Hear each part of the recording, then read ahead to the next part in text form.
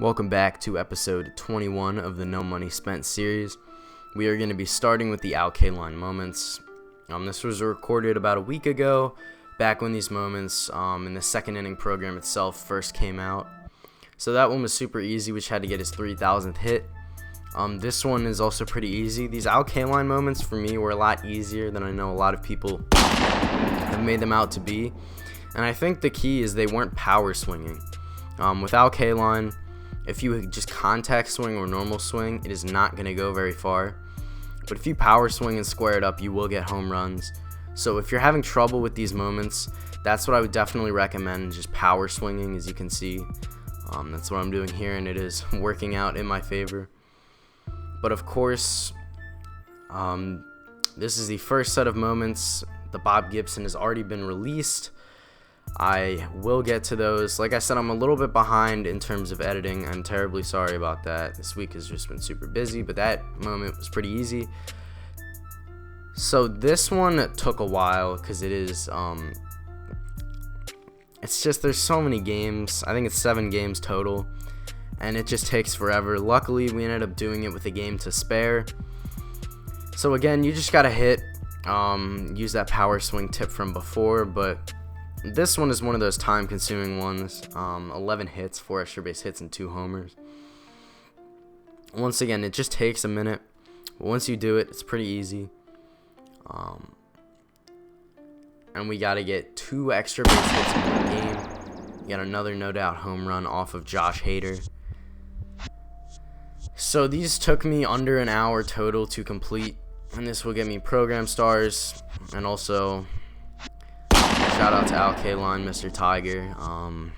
One of the best players to never leave a franchise, and so sad that he passed. So it is nice that SDS honored him with these moments.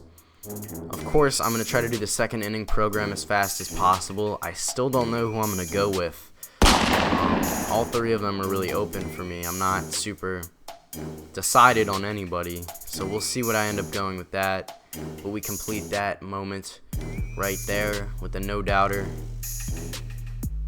home run, and of course that will get us a program pack. But now, more importantly, we can lock in these 5 faces of the franchise players that we already had from just playing the game, and these are actually going to get us 20 program stars, basically free program stars. So if you haven't done that, make sure you do that. And then the last step for this Kaline moment is to defeat the Detroit Tigers on All-Star. I'm actually going to go to Hall of Fame because I get a little bit of increased odds. Again, it doesn't really matter. It's just All-Star or higher, of course. So if you want to go on Hall of Fame, you get better odds at golds and diamonds, and the game is not any more difficult. So I just skipped the game because we did give up a home run there, but I mean, it's 15-0. So once again, the offense just couldn't stop hitting, and we ended up getting this game done pretty quickly. Of course, another thing that a lot of people have started to do is just subconsciously do some of the other missions to get those 10 points for the program. But I just ended up playing the game versus the CPU. But really, you can do whatever you want. If you'd rather do the one online, that's fine. If you'd rather get it gradually, that's fine. But we end up getting Kaline, of course.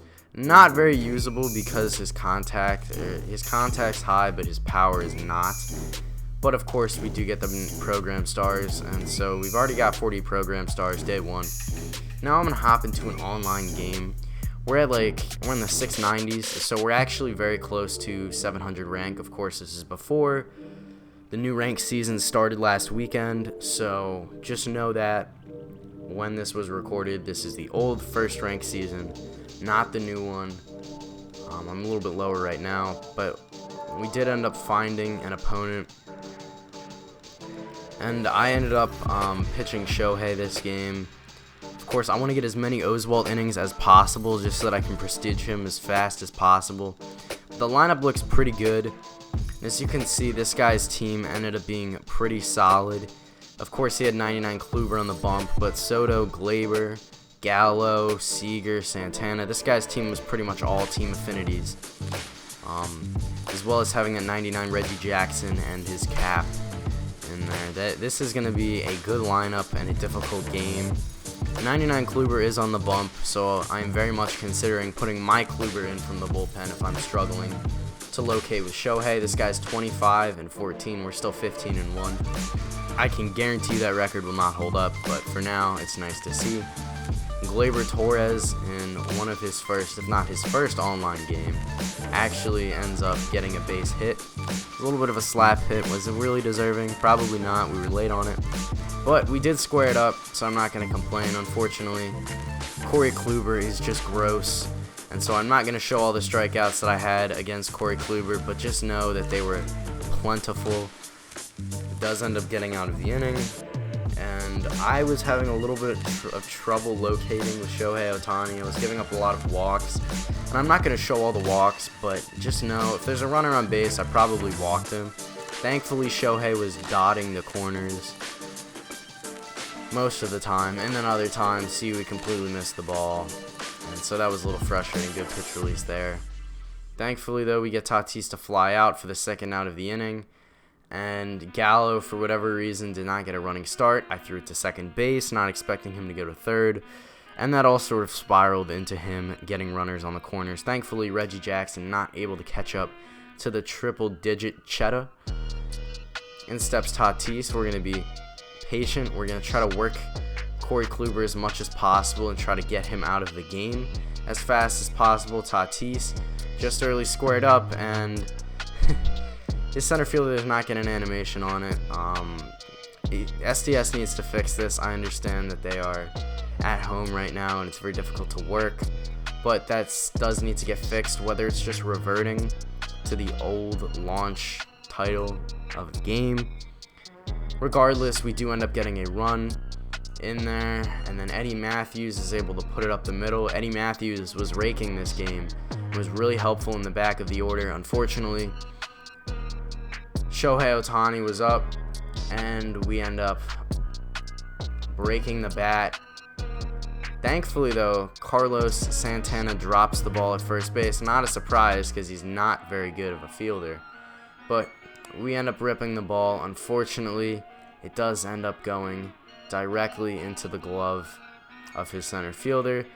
Shohei Ohtani, though, gives up a walk, but is able to redeem himself with back-to-back strikeouts to get out of the inning. Now, I want to try to boost this lead because there isn't very much of it to show for. And on a 3-1 count, Kluber already at 59 pitches in 4 innings. I'm proud of myself. Tatis is able to rip one and get on base once again. He is still a hitting machine for me, and I have no plans on replacing him at shortstop. Eddie Matthews now gets a perfect, and I'm going to risk it with 89 speed. Fernando Tatis is able to get in, and that's going to be a big insurance run for this team.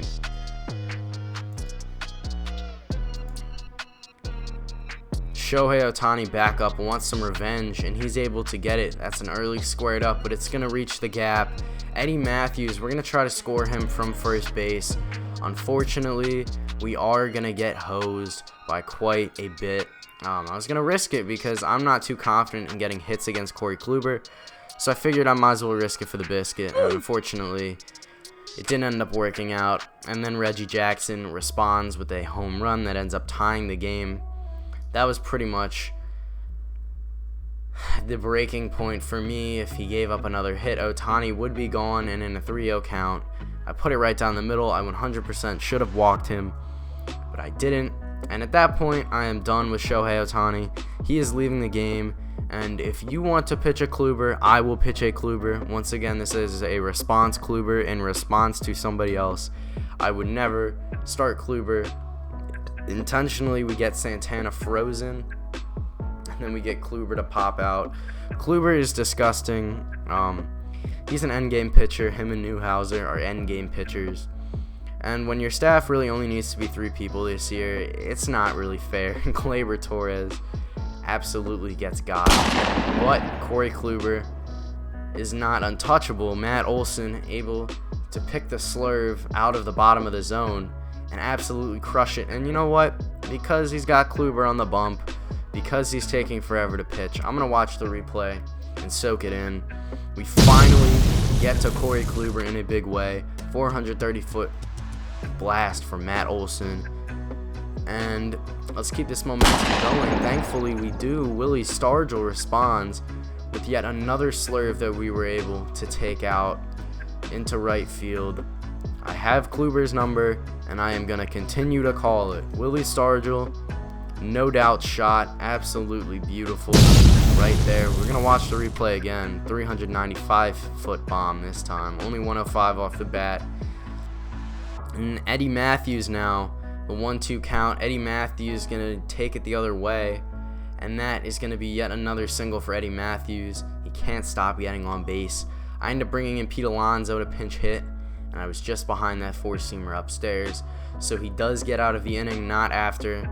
I strike with multiple home runs in the inning. You'll love to see it. Reggie Jackson, we get Plesac to strike Reggie out, and then we get a ground out, ends the inning. We're up in the 7th now. Christian Yelich is also going to hit the ball, and that one gets out. So the train's wheels are off the track. Okay, the train has left the station and is off the track. Corey Kluber has no idea what he's doing right now. We are getting to him. Gleyber Torres gets a hit up the middle. And now Joey Gallo steps up. Joey Gallo gets another hard hit ball up the middle. And now we got first and second with nobody out in the 7th. We already have a 3-run lead. And in steps MVP Buster Posey. Kluber's at 107 pitches. Buster Posey, no doubt. Shot, 3-run shot. Perfect. And my opponent is going to be a scumbag and leave the game before the home run lands, which means Buster Posey, you deserve a 3-run home run, but unfortunately it is not going to count towards your total. That's a little bit disappointing, but thankfully with that win, we ended up getting into the division series, which is always awesome to get up into. I have not really been grinding rank seasons, of course, because I had to get my team up first, but regardless, I'm definitely going to take that. We get a bunch of XP for it. We're almost at silver 10, so we almost are going to be able to get that evolution pack. I've not necessarily decided who I'm going to go with in that pack, but now we got these Tigers packs. These are most likely going to be just guys that I end up putting in exchanges because I've already done the Tigers collection. Nevertheless, you know, it's nice to get those packs for free. We got 2 standard packs. We get Robbie Grossman out of the first one, and out of the second one we get Raimel Tapia. So nothing great out of the standards. We end up getting this division series pack, which is basically just the bat skin, but nevertheless I'll take a bat skin. We are still doing that bat skin collection, and we get this gear up pack. Unfortunately, no expensive gear in this one. I just ended up taking the most expensive in the batting gloves. No further ado, thank you guys so much for watching the No Money Spent series. I'll try to get 21 out tomorrow, or rather 22 out tomorrow. Thank you guys so much for watching. I'm out. Peace.